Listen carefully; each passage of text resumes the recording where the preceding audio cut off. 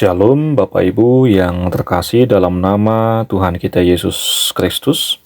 Sebelum kita mendengarkan firman Tuhan dalam ibadah pertanyaan hari ini, kita berdoa. Kasih karunia dari Tuhan Yesus Kristus dan damai sejahtera Allah Bapa dan persekutuan Roh Kudus menyertai kita sekalian. Amin.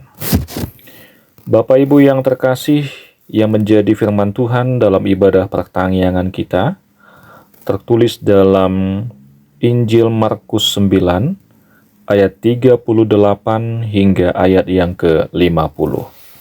Injil Markus 9, ayat 38 hingga 50, beginilah firman Tuhan. Kata Yohanes kepada Yesus, "Guru, kami lihat seorang yang bukan pengikut kita mengusir setan demi namamu. Lalu kami cegah orang itu, karena ia bukan pengikut kita." Tetapi kata Yesus, "Jangan kamu cegah dia, sebab tidak seorang pun yang telah mengadakan mukjizat demi namaku dapat seketika itu juga mengumpat aku. Barang siapa tidak melawan kita, ia ada di pihak kita. Aku berkata kepadamu, sesungguhnya, barang siapa memberi kamu minum secangkir air oleh karena kamu adalah pengikut Kristus, ia tidak akan kehilangan upahnya. Barang siapa menyesatkan salah satu dari anak-anak kecil yang percaya ini, lebih baik baginya jika sebuah batu kilangan diikatkan pada lehernya, lalu ia dibuang ke dalam laut. Dan jika tanganmu menyesatkan engkau, penggallah. Karena lebih baik engkau masuk ke dalam hidup dengan tangan kudung daripada dengan utuh kedua tanganmu dibuang ke dalam neraka, ke dalam api yang tak terpadamkan. Di tempat itu ulatnya tidak akan mati, dan apinya tidak akan padam. Dan jika kakimu menyesatkan engkau, penggallah. Karena lebih baik engkau masuk ke dalam hidup dengan timpang, daripada dengan utuh kedua kakimu dicampakkan ke dalam neraka. Di tempat itu ulatnya tidak akan mati, dan apinya tidak akan padam. Dan jika matamu menyesatkan engkau, cungkillah. Karena lebih baik engkau masuk ke dalam kerajaan Allah dengan bermata satu, daripada dengan bermata dua dicampakkan ke dalam neraka, di mana ulat-ulat bangkai tidak mati, dan api tidak padam. Karena setiap orang akan digarami dengan api. Garam memang baik, tetapi jika garam menjadi hambar, dengan apakah kamu mengasinkannya? Hendaklah kamu selalu mempunyai garam dalam dirimu, dan selalu hidup berdamai yang seorang dengan yang lain. Demikian firman Tuhan. Bapak Ibu yang terkasih dalam nama Yesus Kristus, ada beberapa hal yang mau kita lihat melalui firman Tuhan pada ibadah pertanyaan hari ini. Yang pertama, apakah yang ada di pikiran kita ketika Yohanes menyampaikan komplainnya kepada Yesus? Karena ada orang lain yang mengusir setan demi nama Yesus. Coba kita bayangkan, kira-kira apa yang dipikirkan oleh si Yohanes pada waktu itu? Jawaban atas pertanyaan ini bisa beragam. Bisa saja Yohanes tidak menginginkan orang lain memakai nama Yesus tanpa seizinnya. Ini menunjukkan loyalitasnya kepada Yesus. Sama halnya pada saat kita tidak boleh mencatut nama seseorang untuk kepentingan atau urusan kita pribadi tanpa seizinnya. Atau bisa saja Yohanes takut nama Yesus disalahgunakan untuk kepentingannya pribadi.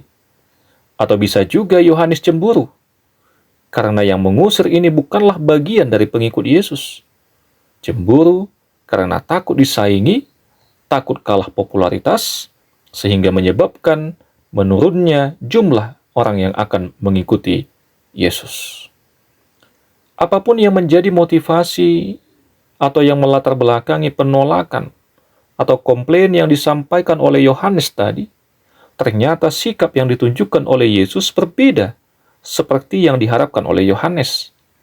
Bisa saja Yohanes mengharapkan tindakan tegas dari Yesus untuk melarang, menghukum atau bahkan mengutuk perbuatan orang itu. Tetapi kita melihat justru sebaliknya. Yesus malah menegur Yohanes dengan berkata, "Jangan kamu cegah dia, sebab tak seorang pun yang telah mengadakan mukjizat demi namaku dapat seketika itu juga mengumpat aku. Barang siapa tidak melawan kita, ia ada di pihak kita." Yang ingin Yesus katakan adalah, siapapun dia, jika dia memakai nama Yesus untuk kebaikan dan mendatangkan kemuliaan bagi namanya, tentu saja dia berkenan akan hal itu. Segala perbuatan yang tidak bertentangan dengan misi Yesus adalah baik adanya. Segala perbuatan baik akan menerima upahnya, sekalipun nilai perbuatan itu kecil. Inilah gambaran bagi barang siapa yang memberi minum kepada orang lain. Yang kedua, Bapak Ibu yang terkasih, yang Yesus antisipasi adalah jika ada di antara mereka yang menyesatkan orang lain. Menyesatkan sehingga seseorang menjauhi Tuhan. Menyesatkan sehingga seseorang melakukan hal-hal yang bertentangan dengan kehendak Tuhan. Yesus mengatakan, baiklah baginya jika sebuah batu diikatkan pada lehernya, lalu ia dibuang ke dalam laut. Dan secara spesifik, Yesus mengatakan, jika tanganmu menyesatkan engkau, penggallah. Jika kakimu menyesatkan engkau, penggallah. Dan jika matamu menyesatkan engkau, penggallah. Yesus menggambarkan bagaimana sebenarnya tangan, kaki, mata, dan alat-alat tubuh kita yang lain bisa sangat rentan untuk jalur masuknya dosa ke dalam kehidupan kita. Pengikut Kristus harus mampu menguasai kehidupannya supaya tidak menjadi jalur masuknya dosa ke dalam diri kita. Jika kita tidak mampu untuk menguasainya, maka dosalah yang akan berkuasa atas diri kita. Itulah sebabnya Tuhan mengatakan lebih baik memenggal, mencungkil bagian tubuh yang melakukan dosa, yang menyesatkan orang lain, sebelum dosa itu menjalar lebih jauh ke anggota tubuh lainnya. Tetapi untunglah Tuhan Yesus tidak memerintahkan kita melakukan seperti yang diucapkannya tadi. Ini adalah gaya bahasa yang digunakan oleh Yesus, bahwa apa yang sedang dia ajarkan adalah masalah yang sangat serius. Mengapa dianggap serius? Karena itu adalah masalah hidup. Setiap organisasi dibentuk pasti memiliki anggaran dasar rumah tangga yang harus ditaati dan dijalankan oleh anggota. Setiap peralatan pasti memiliki SOP atau standar operasional prosedur. Maka manusia pun demikian. Yesus menekankan bahwa manusia harus hidup sesuai dengan aturan main yang telah ditetapkan oleh Tuhan.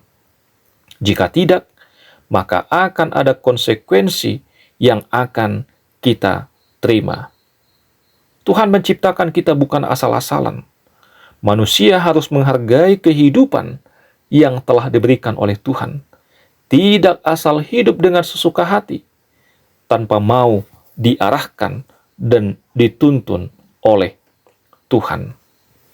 Sebagai sebuah gambaran, manusia menciptakan pena atau pensil pada dasarnya adalah untuk menulis. Apakah pena bisa digunakan, dipakai untuk menyakiti? Jawabannya bisa. Tetapi bukan untuk itu pena diciptakan. Kebaya atau jas yang kita pakai. Saya yakin jas dan kebaya yang kita pakai ini kita pergunakan untuk ke gereja atau ke pesta. Apakah jas atau kebaya itu bisa kita pakai ke pasar atau bekerja di kebun? Jawabnya bisa. Tetapi tujuan awal bukanlah untuk itu. Begitu juga dengan alat telekomunikasi atau handphone. Tujuan awalnya adalah untuk berkomunikasi dengan orang lain, mengirim dan menerima informasi.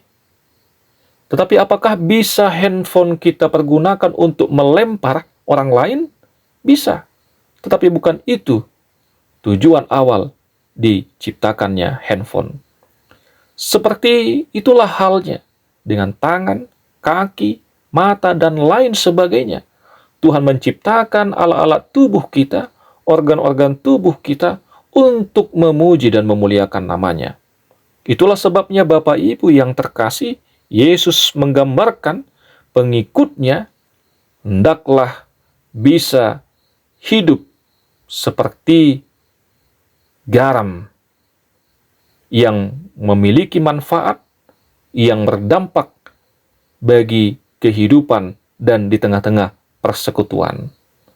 Tentu, kita semua mengetahui garam dan kegunaannya.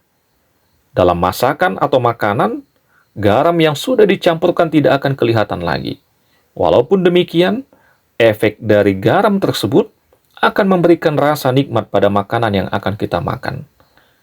Dapat dibayangkan, jika dunia tanpa garam, maka makanan tidak akan memiliki rasa atau menjadi hambar. Tuhan Yesus juga berkata dalam Matius 5 ayat 13, "Kamu adalah garam dunia." Itu artinya bahwa kita harus memberi pengaruh yang baik kepada masyarakat dan dunia di mana kita berada. Dan inilah yang diteladankan oleh Yesus, di mana Dia berada selalu mendatangkan damai sejahtera, mendatangkan kebaikan, sukacita bagi orang-orang yang ada di sekitarnya. Dan inilah yang harus kita teladani, di mana kiranya kita dapat memberikan teladan yang baik, melakukan hal-hal yang baik di tengah-tengah kehidupan yang penuh dengan keberagaman, agar orang-orang lain dapat mengenal Tuhan yang kita imani di dalam kehidupan kita.